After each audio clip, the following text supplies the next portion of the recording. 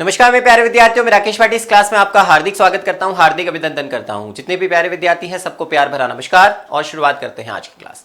विद्यार्थियों, हम बात करेंगे प्रबंध के सिद्धांतों की और प्रबंध के सिद्धांतों में सबसे महत्वपूर्ण जो सिद्धांत देखने में आते हैं उनकी हम चर्चा करेंगे। तो सबसे पहले हम बात करेंगे विद्यार्थियों हेनरी फयोल जी की और उनके द्वारा दिए गए 14 सिद्धांतों की, लेकिन कुछ सिद्धांतों को हम पढ़ेंगे इसमें। तो क्या ये सिद्धांत है, ये क्या कैसे काम करते हैं, उसको पॉइंट ऑफ व्यू से मैं आपको समझाने की कोशिश करूंगा। जितने भी विद्यार्थी हैं सबको प्यार भरा नमस्कार और शुरुआत करते हैं सबसे पहले प्रबंध के सिद्धांत। आइए देखते हैं हेनरी फयोल के बारे में। हेनरी फयोल विद्यार्थियों फ्रांस के रहने वाले, फ्रांस के नागरिक, और सबसे पहली बात इन्होंने जो सिद्धांत दिए हैं सार्वभौमिक तौर पर इनका उपयोग किया जाता है। इन सिद्धांतों को हम देखते हैं, अपने पास भी बहुत सारे ऐसे सिद्धांत हैं जिनको हम ऐसे सोचते हैं कि ये सिद्धांत तो क्या हम मतलब वास्तविकता में देखे जाए तो जीवन में भी इन सिद्धांतों का उपयोग किया जाता है।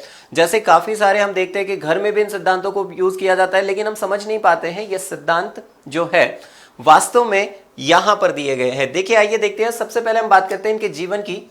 तो इनके जीवन की चर्चा की जाए तो 1841 से 1925 तक इनका जीवन रहा। और काफी बार एक प्रश्न बनता है इनको लेकर, ये प्रश्न बनता है, ये खनन इंजीनियर थे, माइनिंग इंजीनियर थे और बाद में प्रबंध विषय का सिद्धांतकार भी इन्हें कहा जाता है। विद्यार्थियों, ये फ्रांस के नागरिक हैं, ठीक है, ये हमें ध्यान रखना है। कहां के रहने वाले हैं? फ्रांस के रहने वाले हैं। तो फ्रांस के नागरिक है और खनन इंजीनियर, और ये सबसे बड़ी बात, इन्हें प्रबंध के सामान्य प्रबंध के जनक भी कहा जाता है, क्योंकि विद्यार्थियों इन्होंने जो सिद्धांत दिए हैं वो बहुत ही सामान्य तरीके से दिए हैं। जो रोजमर्रा की जिंदगी में आने वाले सिद्धांत जो है वो हम देखते हैं। तो उन सिद्धांतों को मैं समझाऊंगा और किस तरह से इन्होंने सिद्धांतों के बारे में बताया है, क्योंकि इन्होंने बहुत सारे अवलोकन किए हैं, व्यक्तिगत अनुभव से इनको बनाया है। तो आइए देखते हैं। तो ध्यान रखना विद्यार्थियों, एक तो ये प्रबंध में सामान्य प्रबंध के जनक इन्हें कहा जाता है। तो हमें ध्यान रखना है सामान्य प्रबंध के जनक, सामान्य प्रबंध के जनक भी इन्हें कहा जाता है, ठीक है। ये एक प्रश्न बनता है। दूसरा प्रश्न ये भी बनता है कि खनन इंजीनियर की बात की जाती है यहाँ पर। तो ये ध्यान रखना विद्यार्थियों, ये पेशे से क्या थे? खनन इंजीनियर थे और साथ में प्रबंध विषय के सिद्धांतकार भी रहे हैं। दूसरी बात, शिक्षा इन्होंने की थी सेंट एंटाइन माइनिंग एकेडमी से इन्होंने ग्रेजुएशन की है, स्नातक की है। पद जो रहा था इनका, पोस्ट जो थी, कैंपेनी डी कैंपेट्री फॉर कैंपेन्यू के.जी. बिल्ले खनन की कंपनी की स्थापना की और 1888 में इसके प्रबंध निदेशक बने और 1818 तक इस पद पर रहे हैं।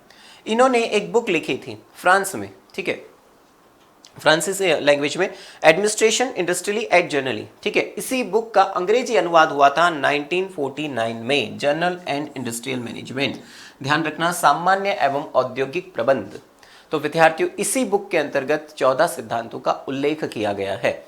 तो सबसे पहली बात तो देखिए, एक बुक नाम याद रखना है, एडमिनिस्ट्रेशन इंडस्ट्रियली एट जर्नली, जो फ्रांस भाषा में लिखी गई है, ठीक है, फ्रांसीसी भाषा में लिखी गई है। दूसरी बात विद्यार्थियों में ध्यान रखना है, अंग्रेजी में जो प्रकाशित हुई है उस बुक का नाम क्या है? Journal and industrial management. ये ध्यान रखना है, शीर्षक से अंग्रेजी में प्रकाशित हुआ है। तो ये हमें ध्यान रखना है, ओके, क्लियर। उसके बाद इनका जो योगदान है वो हमें याद रखना है, 14 सिद्धांत दिए हैं। और दूसरी सबसे बड़ी बात है, प्रशासनिक प्रबंध के जन्मदाता भी इन्हें ही कहा जाता है, क्योंकि इन्होंने मैनेजमेंट से संबंधित यानी प्रबंध से संबंधित सारी बातें बताई हैं कि किस तरह से इन सिद्धांतों को उपयोग किया जा सकता है। जब भी कोई प्रबंधक इन सिद्धांतों का उपयोग करता है तो इन्हें जरूर याद रखना होगा, क्यों इनकी वजह से बहुत सारी जो समस्याएं थी उनका समाधान हुआ है। जैसे कहा जाता है कि कार्य विभाजन का सिद्धांत जो है, पहला ही सिद्धांत दिया गया है जिसमें कार्य को छोटे छोटे भागों में बांटा गया है, लेकिन कैसे बांटना है? प्रत्येक व्यक्ति की योग्यता के अनुसार। अगर सारा काम एक ही व्यक्ति को दे दिया जाएगा तो क्या होगा? सिंपल सी बात है, क्या एक व्यक्ति सारे सब्जेक्ट को पढ़ा सकता है? क्या एक शिक्षक सारे सब्जेक्ट पढ़ाएगा? नहीं ना, क्योंकि प्रत्येक शिक्षक अपनी योग्यता के आधार पर अपने विषय को समझाने की कोशिश करता है। तो विद्यार्थियों यहां पर भी हम जो चर्चा कर रहे हैं वो चर्चा कर रहे हैं इन्हीं सिद्धांतों में। बहुत सारी चीजें इस सिद्धांतों में हमें सीखने को मिलेगी। तो सबसे पहली बात, जो प्रश्न बनते हैं इस पर खनन इंजीनियर को लेकर बनते हैं, प्रबंध विषय के सिद्धांतकार को लेकर बनते हैं। दूसरी बात, जो प्रश्न बनते हैं वो बनते हैं विद्यार्थियों यहाँ पर लेखन पर, इनके द्वारा लिखित जो फ्रांसीसी बुक है। वो ध्यान रखना है। फ्रांसीसी भाषा में लिखी गई है। एडमिनिस्ट्रेशन इंडस्ट्रियली एट जनरली और जनरल एंड इंडस्ट्रियल मैनेजमेंट जिसका अंग्रेजी में प्रकाशन हुआ है, ये हमें ध्यान रखना है। इन्होंने 14 सिद्धांत जो दिए हैं वो है विद्यार्थियों प्रशासनिक प्रकृति का माना जाता है। इन्होंने विद्यार्थियों उच्च प्रबंध और दूसरे प्रबंधकों के आचरण के का उच्च स्तर से नीचे स्तर तक दृष्टि से देखा है, यानी पूरी तरह से इन्होंने उस व्यवस्था को देखा है जो टॉप लेवल से लगाकर लोअर लेवल तक चलती है। किस तरह से उन लोगों को मैनेज करना है, किस तरह से उनका उपयोग करना है, वो सारी चीजें इन्होंने बताई है। तो हेनरी फ्योल के बारे में इतना जो मैंने बताया है वो बहुत महत्वपूर्ण है, ये हमें ध्यान रखना है। अब हम चर्चा करेंगे इनके 14 सिद्धांतों की। कौन से 14 सिद्धांत है? सबसे पहला सिद्धांत आता है कार्य विभाजन का सिद्धांत। यह सिद्धांत क्या कहता है? यह सिद्धांत कहता है जब कोई एक कार्य है, ठीक है, उस कार्य को अगर छोटे छोटे भागों में बांट दिया जाए, और बांटना भी आपको ध्यान रखना है प्रत्येक व्यक्ति की योग्य व्यक्ति को देना है। इसे विद्यार्थियों विशिष्टीकरण का सिद्धांत भी कहा जाता है, क्योंकि प्रत्येक व्यक्ति को जो कार्य दिया जा रहा है वो उसकी विशिष्टता के आधार पर दे रहे हैं। तो ये भी हमें ध्यान रखनी है। पहली बात, जो भी काम होगा कार्य को छोटे छोटे भागों में बांटना है। तो एक बात हमें ध्यान रखनी है यहाँ पर, तो कार्य विभाजन नाम से पता चल रहा है, कार्य विभाजन मतलब कार्यों का विभक्त करना, किस आधार पर? छोटे छोटे भागों में। और दूसरी बात, प्रत्येक कार्य को हमें एक योग्य व्यक्ति जो प्रशिक्षित विशेषज्ञ है उसकी आवश्यकता के अनुसार उसे देना है, क्योंकि जब उस काम को वो करेगा वो बिल्कुल एकदम परफेक्ट होगा। समझ रहे आप मेरी बात यहां पर? तो बहुत महत्वपूर्ण है। कार्य विभाजन का उद्देश्य क्या है? सबसे इंपॉर्टेंट इसका ऑब्जेक्टिव हमें हमेशा याद रखना है। विद्यार्थियों, अगर मैं एक ऐसे व्यक्ति को कार्य दे दूं जिसे उसका ज्ञान नहीं है, तो विद्यार्थियों गलतियां स्वाभाविक है, होनी है, ठीक है। अगर मैं एक ऐसे व्यक्ति को काम दूं जो प्रशिक्षित विशेषज्ञ है उस कार्य में, तो सिंपल सी बात है विद्यार्थियों, गलतियां नहीं होगी। अब यही बात इन्होंने इस उद्देश्य में समझाई है कि एक बार के परिश्रम से अधिक उत्पादन एवं श्रेष्ठ कार्य करना। परिश्रम एक बार ही करना पड़ेगा हमें, बार बार नहीं है, क्योंकि हमने वो काम उस व्यक्ति को दिया है जो उस कार्य में विशेषज्ञ है, और जब बार बार उस काम को करता है वो और ज्यादा परफेक्ट हो जाता है। तो इसी आधार पर विद्यार्थियों कहा जाता है कि कार्य विभाजन का सिद्धांत जो है वो कार्य को छोटे छोटे भागों में बांट दिया जाता है। प्रत्येक व्यक्ति उसकी योग्यता के अनुसार उसे दिया जाना चाहिए। इससे क्या होगा? एक बार का परिश्रम से अधिक उत्पादन होगा और साथ साथ में श्रेष्ठ कार्य किया जाएगा। तो ये कहता है कार्य विभाजन। तो क्या हम अपने घर में, क्या हम विद्यालय में इस कार्य काम को नहीं देखते हैं? क्या शिक्षक सारे सब्जेक्ट अकेला ही पढ़ाता है? नहीं, प्रत्येक शिक्षक अपने विशेषज्ञता के आधार पर उस विषय का ज्ञान आपको प्रदान करता है, जिससे विद्यार्थियों यहां पर उनके द्वारा किया गया एक बार का परिश्रम विद्यार्थियों आपकी प्रोडक्टिविटी यानी आपके ज्ञान को और साथ साथ में आपके लिखने की क्षमता यानी श्रेष्ठ कार्य में इंपॉर्टेंट करता है। यानी काम भी बेस्ट होगा, प्रोडक्टिविटी भी बढ़ेगी, उत्पादन क्षमता भी बढ़ेगी और काम भी बेस्ट होगा। तो इसे कहा जाता है कार्य विभाजन का सिद्धांत।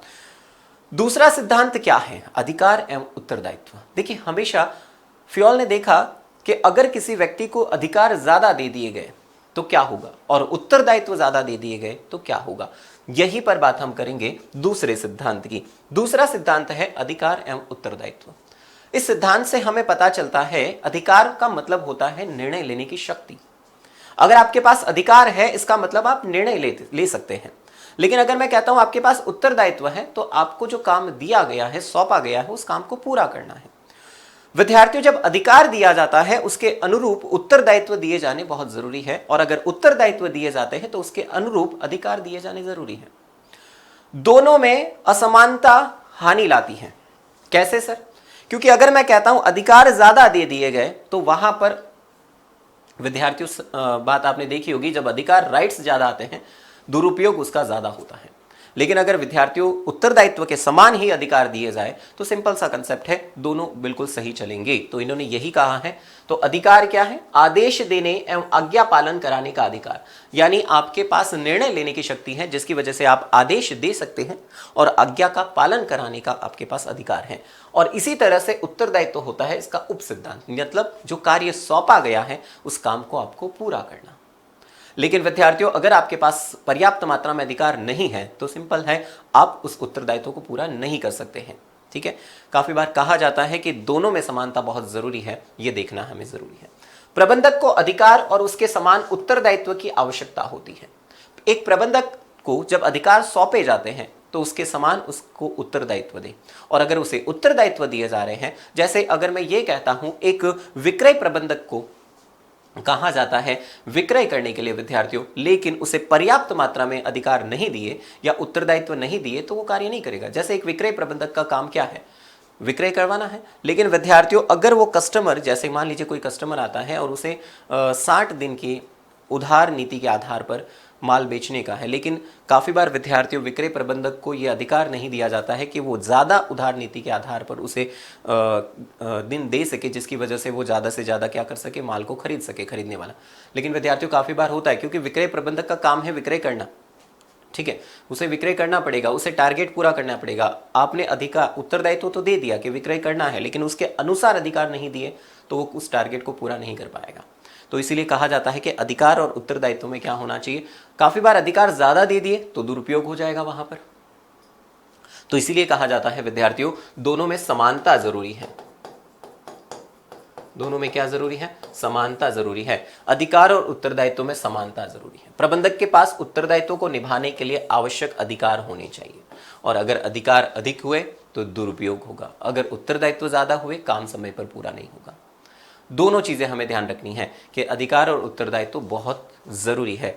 ज्यादा न तो अधिकार होने चाहिए न उत्तरदायित्व होने चाहिए। एक विक्रय प्रबंधक के पास अगर पर्याप्त मात्रा में अधिकार दिए हैं तो उसको दी गई जो उत्तरदायित्व है वो बिल्कुल सही तरीके से पूरा करेगा, नहीं तो क्या होगा, उसका उत्तरदायित्व पूरा नहीं होगा, क्योंकि उसके पास पर्याप्त मात्रा में अधिकार नहीं है।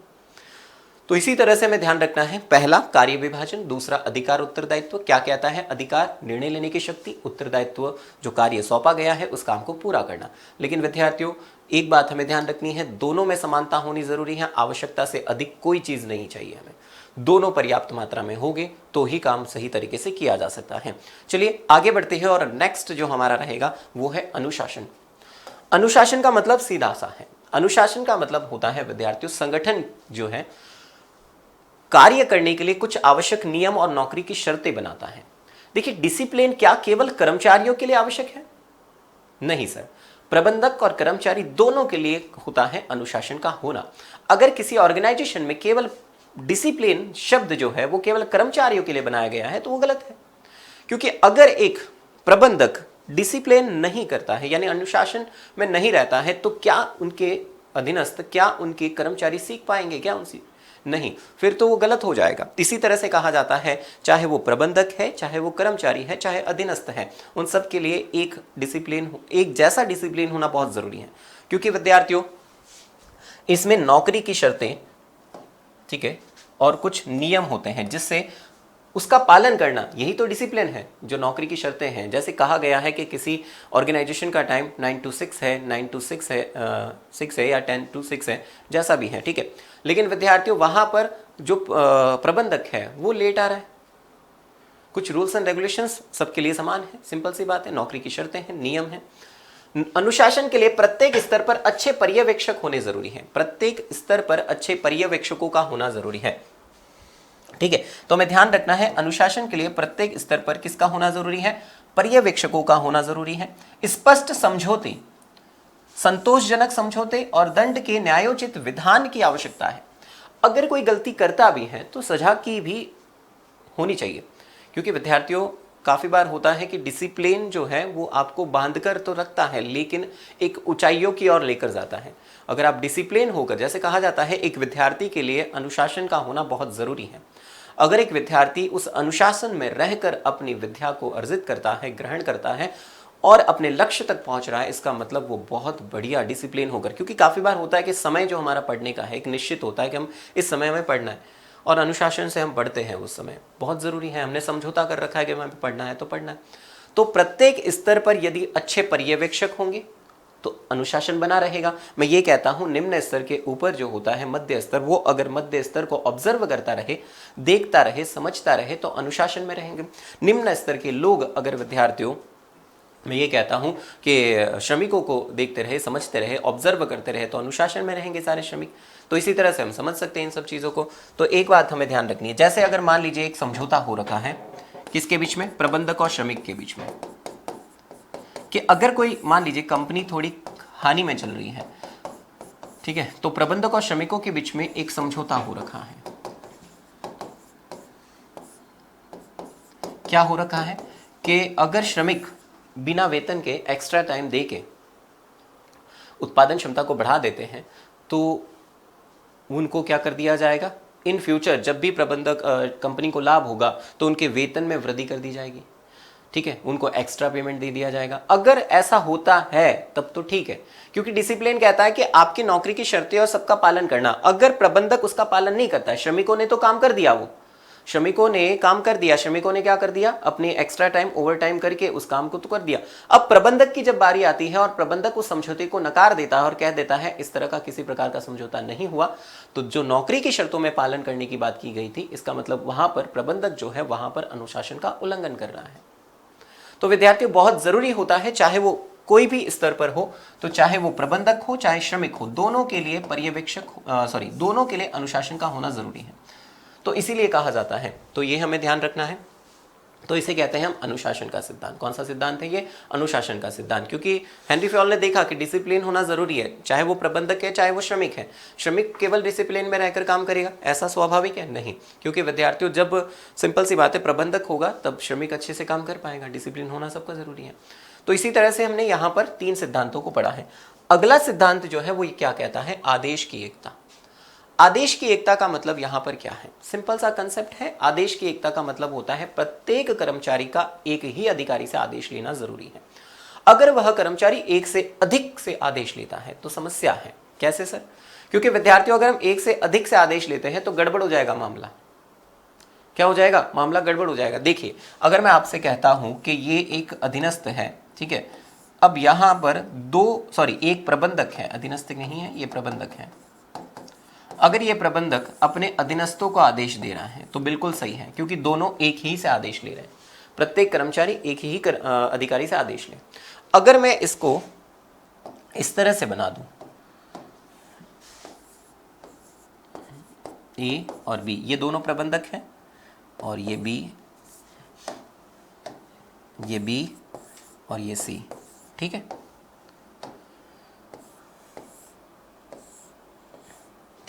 अब क्या हो रहा है?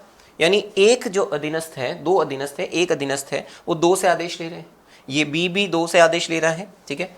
यहां पर कर देते हैं अपन, चेंज कर देते हैं, चलो।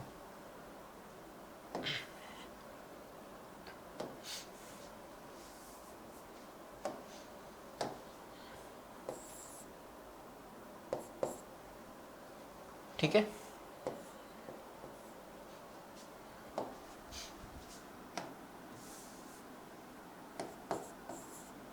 अब देखो, अब इसमें और इसमें फर्क क्या है? इसमें मान लीजिए विद्यार्थियों ये प्रबंधक है और ये अधीनस्थ है। अगर एक अधीनस्थ 2 से आदेश ले रहा है तो आदेश की एकता का उल्लंघन होता है। अगर एक प्रबंधक क्या कर रहा है, एक अधीनस्थ अगर 2 प्रबंधकों से आदेश ले रहा है तो आदेश की एकता का उल्लंघन हो रहा है। ये अधीनस्थ है, ये दोनों प्रबंधक हैं। तो विद्यार्थियों चाहे डी है चाहे सी है, तो यहां पर कंफ्यूज क्या हो गया, गड़बड़ हो गया मामला। क्योंकि विद्यार्थियों हेनरी फयोल ने कहा है कि प्रत्येक कर्मचारी को एक ही अधिकारी से आदेश लेना है। अगर वह एक से अधिक अधिकारियों से आदेश लेता है, जैसे विद्यालय में काफी बार होता है, मान लीजिए काफी बार ऐसा होता है कि भाई हम एंटर कर रहे हो तो टीचर कहते हैं कि सर कि बेटा ये लेकर आना, ठीक है, आप कह रहे हैं हाँ ठीक है, तभी कोई और टीचर कह देते हैं, अध्यापक जी कह देते हैं, क्या कहते हैं कि बेटा ये चौक लेकर आना। अब इस तरह से क्या होता है, आपको अगर एक साथ 4 से 5 आदेश मिल जाएंगे तो क्या होगा, आप भ्रमित हो जाओगे, आपको पता नहीं चलेगा किस आदेश को पहले हमें पालन करना है। समस्या आती ही आती है। समझ रहे आप मेरी बात? क्योंकि विद्यार्थियों बहुत सारी चीजें हैं इसमें। हेनरी फयोल ने इसी को देखा कि जैसे काफी बार होता है, उन्होंने अगर मान लीजिए व्यक्तिगत अनुभव किया होगा तो ऐसे किया होगा, उन्होंने आदेश दिया होगा और 4-5 लोगों ने आदेश दिया होगा। अब वहां पर हुआ यूं कि जिस अधीनस्थ को आदेश दिया उन्होंने, वह भूल गया उस आदेश को, भ्रमित हो गया, काम किसका पूरा करे, फयोल जी का पूरा करे या अन्य लोगों का पूरा करे। इसी आधार पर उन्होंने ये सिद्धांत को कहा दिया होगा कि प्रत्येक कर्मचारी का केवल एक अधिकारी होना चाहिए, ठीक है। यदि कोई कर्मचारी एक समय में 2 अधिकारियों से आदेश लेता है, ये कर्मचारी है 2 अधिकारियों से आदेश ले रहा है, तो ये गलत है। तो क्या होगा, इसे आदेश की एकता के सिद्धांत का उल्लंघन माना जाएगा। इसे क्या कहा जाएगा, आदेश की एकता का उल्लंघन कहा जाएगा, क्योंकि वह क्या कर रहा है, एक से अधिक अधिकारियों से आदेश ले रहा है।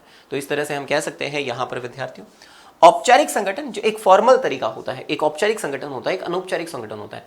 औपचारिक संगठन वह संगठन होता है जिसमें रूल्स एंड रेगुलेशंस होते हैं, जो आधिकारिक तौर पर किया जाता है, जैसे उच्च स्तर के बाद मध्य स्तर, मध्य के बाद निम्न, निम्न के बाद श्रमिक। काफी बार हम देखते हैं विद्यार्थियों, एक ग्रुप हम बना लेते हैं जब इंटरवल होती है, और वहां पर हम कम्युनिकेशन जब करते हैं वो इस तरह की करते हैं, वो उसका ये वो सारी चीजें, तो वो जो कम्युनिकेशन हो रहा है, वो जो ग्रुप बना है, वो इनफॉर्मल ऑर्गेनाइजेशन है, ठीक है।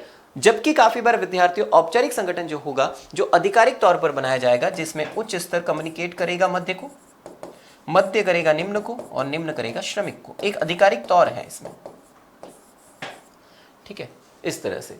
तो हम कह सकते हैं विद्यार्थियों, यहां पर औपचारिक संगठन में कार्यरत व्यक्ति को एक ही अधिकारी से आदेश लेने चाहिए और उसी के प्रति उत्तरदायी होना चाहिए। अगर वो एक से अधिक आदेश, अगर मैं ये कहता हूं विद्यार्थियों, ये वाला जो है पॉइंट वो बिल्कुल सही है, क्योंकि डी और सी दोनों एक ही अधिकारी से आदेश ले रहे हैं, और डी और सी एक ही के प्रति उत्तरदायी हैं। और यहां पर देखिए डी और सी ए और बी के प्रति उत्तरदायी हैं, दो के प्रति। अब भ्रमित हो गए, क्योंकि ए भी बॉस है और बी भी बॉस है, और काफी बार विद्यार्थियों कम्युनिकेशन में गड़बड़ भी होती है, ईगो प्रॉब्लम भी होती है। ए कहता है मेरा कार्य पहले पूरा क्यों नहीं हुआ, बी कहता है मेरा कार्य पहले क्यों नहीं हुआ, तो इस तरह की समस्या आती ही आती है। तो यहां पर हमने आदेश की एकता में क्या पढ़ा, आदेश की एकता में हमने ये पढ़ा कि प्रत्येक कर्मचारी का एक अधिकारी होना चाहिए और विद्यार्थियों वह उसी के प्रति उत्तरदायी होना चाहिए। अगर एक से अधिक अधिकारी हो जाएंगे तो हम क्या हो जाते हैं, भ्रमित हो जाते हैं। तो इस तरह से हमें ध्यान रखना है इन सब की चीजों का। तो यहां पर हमें समझ में आ गया। एक पॉइंट आता है आपके निर्देश की एकता, ठीक है। निर्देश की एकता यानी यूनिटी ऑफ डायरेक्शन। समान प्रकार की जो इकाइयां होती हैं वहां पर वन हेड, एक अधिकारी एक योजना, वन हेड वन प्लान किया जाता है। तो हमें ध्यान रखना है इस सिद्धांत में एक अधिकारी एक योजना का प्रयोग किया जाता है, एक अधिकारी एक योजना का प्रयोग किया जाता है। समझ पा रहे हैं मेरी बात आप? तो इस तरह से हमें ध्यान रखना है इन सब चीजों का। तो यहां पर क्लियर है कि निर्देश की एकता के अंतर्गत क्या किया जा रहा है, वन हेड वन प्लान का प्रयोग किया जाता है। समान प्रकार की जो इकाइयां हैं, जैसे अगर मैं कहता हूं विद्यार्थियों एक मोटरसाइकिल बनाना है, एक कार है, दो है, ठीक है। मोटरसाइकिल विभाग के लिए वन हेड वन प्लान, ठीक है, और यहां पर अगर कार के लिए वन हेड वन प्लान। तो इस तरह से हम कह सकते हैं विद्यार्थियों, यहां पर संगठन को सभी इकाइयों को समन्वित और केंद्रित प्रयत्नों के माध्यम से, संगठन को सभी इकाइयों को समन्वित केंद्रित प्रयत्नों के माध्यम से समान उद्देश्य की ओर अग्रसर होना चाहिए। यानी जो समान प्रकार की इकाइयां हैं उनके लिए अग्रसर आगे बढ़ना होगा। गतिविधियों के प्रत्येक समूह जिनके उद्देश्य समान हैं उनका एक अध्यक्ष और एक योजना होनी चाहिए। वन हेड वन प्लान होना चाहिए, एक अध्यक्ष होना चाहिए उस इकाई का और एक योजना होनी चाहिए। तो इस तरह से विद्यार्थियों निर्देश की एकता के अंतर्गत होता है। देखो इसके अंतर्गत पूरे ऑर्गेनाइजेशन से संबंधित बात की जा रही है, जबकि हम आदेश की एकता के अंतर्गत व्यक्तिगत रूप से बात की जा रही है। समझ रहे हैं आप मेरी बात? तो ये हमें थोड़ा ध्यान रखना होगा। समान प्रकार की इकाइयों के लिए क्या किया जाएगा, वन हेड यानी एक अधिकारी एक योजना का निर्माण किया जाता है। तो इस तरह से हम समझते हैं विद्यार्थियों इसके अंतर्गत कि निर्देश की एकता और आदेश की एकता में फर्क है। ये व्यक्तिगत रूप से देखा जाए तो इसमें दो व्यक्ति या जो भी अधीनस्थ है वो अपने प्रबंधक से आदेश ले रहे हैं, उसी के प्रति क्या रह रहे हैं, उत्तरदायी रहे। लेकिन इसके अंतर्गत पूरे संगठन को देखा जा रहा है, ठीक है, ये हमें देखना होगा। समान प्रकार की इकाइयों के लिए एक अधिकारी एक अध्यक्ष होता है और उसमें प्रत्येक कर्मचारी का एक अधिकारी और ये प्रत्येक कर्मचारी का एक ही अधिकारी होना चाहिए। दोनों में डिफरेंट है। यह संगठन के प्रति बताई जा रही है, क्योंकि एक ऑर्गेनाइजेशन जो होगा जिसका समान उद्देश्य होगा उसके लिए एक अधिकारी एक योजना होनी चाहिए, यानी उसके द्वारा बनाया गया प्लान होना चाहिए और वह अधिकारी होना चाहिए। तो इस तरह से हमें सारी चीज़ों को सीखते हैं और समझने की कोशिश करते हैं, ठीक है। तो यहाँ पर ये पॉइंट्स आपको समझ में आ रहा होगा कि क्या कहना चाहता है। तो इस तरह से हम समझ सकते हैं इन सब चीज़ों को लेकर विद्यार्थियों, ठीक है। अगला पॉइंट आता है आपके सामूहिक हितों के लिए व्यक्तिगत हितों का समर्पण। सर ये क्या कहता है? सामूहिक हितों के लिए व्यक्तिगत हितों का समर्पण का मतलब होता है बेटा कि हमेशा जिस ऑर्गेनाइजेशन में हम काम करते हैं, ठीक है, हमें उसके प्रति समर्पित रहना चाहिए, व्यक्तिगत हितों को त्याग देना चाहिए। काफी बार होता है संस्था का हित होता है कि वह प्रतियोगिता के आधार पर क्या किया जाता है, वेतन को निर्धारित करती है। लेकिन विद्यार्थियों कर्मचारी का उद्देश्य होता है कि उसकी वेतन में वृद्धि होती रहे, उसको इस एक न किसी प्रकार की छूट चाहिए होती है। तो विद्यार्थियों यहां पर देखा गया है, फ्योल ने कहा है कि जिस ऑर्गेनाइजेशन में हम काम करते हैं, जिस संस्था में हम काम करते हैं, वहां पर सामूहिक हितों को सर्वोपरि रखना है, जबकि व्यक्तिगत हितों को, क्योंकि देखिए अगर किसी ऑर्गेनाइजेशन के सामूहिक हितों की प्राप्ति अच्छे से हो जाती है और दिन प्रतिदिन वह ऑर्गेनाइजेशन प्रगति की ओर चल रहा है, निश्चित है वहां पर व्यक्तिगत जो हित था वो भी पूरा हो जाएगा। क्योंकि विद्यार्थियों एक ऑर्गेनाइजेशन अगर ग्रोथ कर रही है, विकसित हो रही है, विकास हो रहा है उसका दिन प्रतिदिन, तो मानकर चलिए विद्यार्थियों वहां पर व्यक्तिगत हितों की प्राप्ति आसानी से हो जाती है। क्योंकि काफी बार क्या होता है, इन दोनों में अगर टकराव होगा ना तो समस्या ही खड़ी होगी, क्योंकि संस्था अपना सोच रही है और व्यक्तिगत हित अपना सोच रहे हैं। लेकिन हमें इस चीज को त्यागना होगा, हमें संस्था के लिए काम करके आगे बढ़ाना होगा, और जो ही संस्था वृद्धि करती रहेगी और वहां पर व्यक्तिगत हित की भी प्राप्ति हो जाएगी। इसी में कहा गया है कि संगठन के हितों को कर्मचारी विशेष के हितों की तुलना में प्राथमिकता देनी चाहिए। यानी जो संगठन के हित है, जो संस्था के हित है, वो कर्मचारी विशेष के हितों की तुलना में हमें प्राथमिकता किसको देनी है? संगठन के हितों को प्राथमिकता देनी है। कर्मचारी विशेष के हितों की तुलना में हमें प्राथमिकता संगठन के हित को देनी है। किसको देनी है? संगठन के हित को देनी है। कंपनी में कार्य करने में प्रत्येक व्यक्ति का कोई ना कोई हित होता है, चाहे वो कर्मचारी है चाहे वो संगठन है, सबका अपना अपना हित है। ठीक है। इसी तरह से कंपनी के अपने उद्देश्य होते हैं, जैसे मैंने अभी कहा कंपनी प्रतियोगिता के आधार पर उन्हें वेतन, तो अब सबके अपने अपने थे। कंपनी चाहती है जितना ज्यादा उत्पादन हो, ठीक है, लाभ हो, कंपनी लाभों पर ज्यादा निर्भर रहती है। दूसरी बात अगर मैं बात करता हूं कि व्यक्तिगत हित में वेतन में वृद्धि करना, ठीक है, ऐसे बहुत सारे कारण हो सकते हैं विद्यार्थियों जिसमें व्यक्तिगत हित हो सकता है। तो इसमें हम कह सकते हैं कि हमेशा हमें क्या करना है, सामूहिक हितों के लिए व्यक्तिगत हितों को त्यागना पड़ेगा। अगर आप सामूहिक हितों के लिए व्यक्तिगत हितों को त्यागते हैं तो अपने आप व्यक्तिगत हितों की पूर्ति हो सकती है जब संस्था दिन प्रतिदिन वृद्धि करती जा रही है। तो इस तरह से हमें ध्यान रखना है इन सब चीजों को लेकर। तो यहां पर हमने क्या क्या पढ़ा है वो देख लेते हैं। एक बार 6 सिद्धांत मैंने आपको समझाए हैं। सबसे पहला सिद्धांत मैंने बताया कार्य विभाजन, नाम से ही पता चल रहा है कार्य को छोटे छोटे भागों में बांटना प्रत्येक व्यक्ति की योग्यता के अनुसार। दूसरा सिद्धांत मैंने आपको बताया अधिकार एवं उत्तरदायित्व। अधिकार एवं उत्तरदायित्व में क्या होनी चाहिए? समानता, न तो आवश्यकता से अधिक हो, न आवश्यकता से कम हो। ठीक है। तीसरा मैंने आपको बताया यहां पर विद्यार्थियों अनुशासन, नौकरी की शर्तें और समझौता जो होता है, साथ साथ में प्रत्येक स्तर पर पर्यवेक्षक का होना जो ऑब्जर्व कर सके प्रत्येक स्तर पर, जिससे डिसिप्लिन यानी अनुशासन बना रहे। चौथा मैंने आपको आदेश की एकता बताया, ठीक है, जिसमें प्रत्येक कर्मचारी अपने एक ही अधिकारी के प्रति क्या रहे? उत्तरदायी रहे। निर्देश की एकता में समान प्रकार की जो इकाइयां होती हैं उनके लिए एक अध्यक्ष, एक योजना होनी चाहिए। इसके अंतर्गत हमने क्या पढ़ा? इसमें हमने पढ़ा सामूहिक हित, जो संस्था के हित होते हैं उनके लिए हमें अपने व्यक्तिगत हितों को त्यागना चाहिए, क्योंकि हम संस्था के लिए काम कर रहे हैं तो सबसे पहले संस्था को सर्वोपरि रखना होगा। ठीक है। तो यहां तक हमने ये पढ़े हैं। अगला जो सिद्धांत है वो है यहां पर विद्यार्थियों कर्मचारियों को प्रतिफल, यानी कर्मचारियों को दिया जाने वाला प्रतिफल जो होता है विद्यार्थियों, वो सबसे पहली बात उचित पारिश्रमिक होना चाहिए। फ्योल ने कहा कि जब भी कर्मचारियों को जो पारिश्रमिक दिया जा रहा है वो उचित दिया जाना चाहिए, जिसकी वजह से उनकी जो लाइफ है, ठीक है, वो बिल्कुल सही तरीके से चल सके। काफी बार पर्याप्त मात्रा में कर्मचारियों को पारिश्रमिक नहीं मिलता है विद्यार्थियों, जिसकी वजह से वो अपने जीवन स्तर जो है उनको भी सही से नहीं चला पाते। फ्योल ने कहा यह भी जरूरी है, क्योंकि कर्मचारियों को दिया जाने वाला पारिश्रमिक अगर अच्छा होगा, कर्मचारी मन लगाकर कार्य करेंगे। कर्मचारियों को उचित पारिश्रमिक दिया जाए, उन्हें कम से कम एक उपयुक्त रहन सहन स्तर वाला पारिश्रमिक उपलब्ध करवाए, जिसकी वजह से वो अपने रहन सहन को सही तरीके से जी सके। कर्मचारियों के प्रोत्साहन व संतुष्टि में वृद्धि, इससे कर्मचारियों के प्रोत्साहन में और संतुष्टि में वृद्धि होती है, क्योंकि अच्छा पारिश्रमिक मिलता है। दूसरी बात एक और ध्यान रखनी है, जब भी पारिश्रमिक दिया जा रहा है तो हमेशा देखना होगा कि संस्था और जो कर्मचारी है उन दोनों के लिए एकदम फिट बैठ रहा है कि नहीं बैठ रहा है। काफी बार क्या करती है संस्था, क्या करती है, कर्मचारियों को पारिश्रमिक बहुत ज्यादा दे देती है।